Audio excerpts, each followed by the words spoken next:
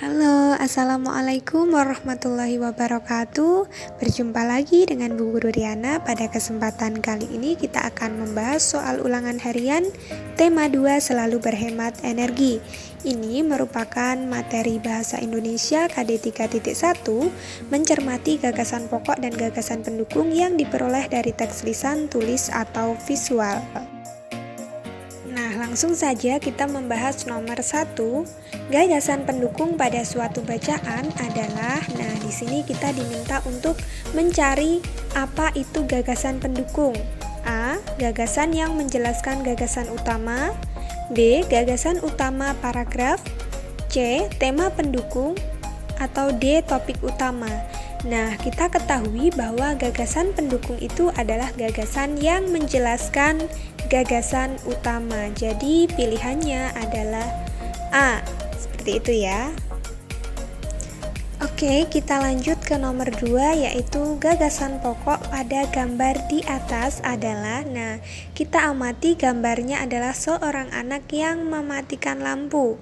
Nah, maka kita lihat optionnya. A. Menyalakan lampu saat tidur.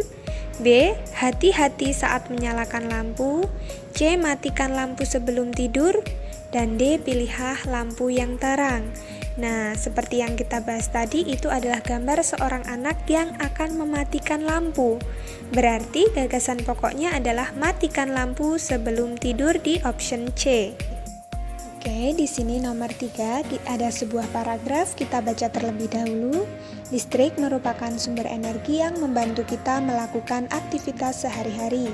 Dengan adanya listrik, kita dapat menyalakan lampu, televisi, radio, setrika listrik, dan lain-lain. Kita semua berhak mendapatkan energi listrik. Kewajiban kita adalah menghemat penggunaannya. Yang ditanyakan pada nomor ini adalah gagasan pokok dan paragraf di atas adalah, nah, gagasan pokok itu adalah gagasan atau inti dari sebuah paragraf yang bersifat umum. Biasanya ada di awal ataupun di akhir paragraf.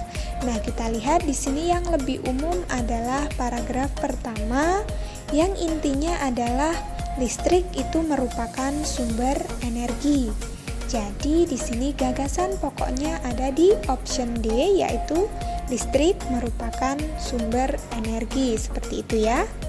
Oke, lanjut ya. Di KD 3.2 mencermati keterhubungan antar gagasan yang didapat dari teks lisan, tulis, atau visual. Oke, kita lanjut ke nomor 4. Di sini kita diminta untuk mencari kalimat utama paragraf di atas. Nah, di sini harus kita baca dulu paragrafnya. Yang pertama, energi baru terbarukan di Indonesia mulai dikembangkan. Pemerintah pun menargetkan porsi energi baru terbarukan di Indonesia pada tahun 2025. Mulai terbatasnya energi fosil, baik itu bahan bakar minyak, gas, dan batu bara, mengharuskan setiap negara mulai mengembangkan energi baru terbarukan, mulai dari tenaga angin, arus laut, hingga tenaga matahari. Nah, kalimat utama itu adalah kalimat yang lebih umum dibandingkan kalimat lainnya. Nah, di sini kalimat 2, 3, dan 4 itu menjelaskan kalimat pertama. Maka dari itu kalimat utamanya ada di angka 1, yaitu energi baru terbarukan di Indonesia mulai dikembangkan, yaitu option A. Nah, kita lanjut ke nomor 5 ya. Di sini ada ide utama dalam suatu paragraf disebut. Nah, ide utama itu sama dengan ide pokok atau sama juga dengan pokok pikiran. Nah, di sini ada option A kalimat utama, B pokok pikiran, C kalimat penjelas, dan D kalimat.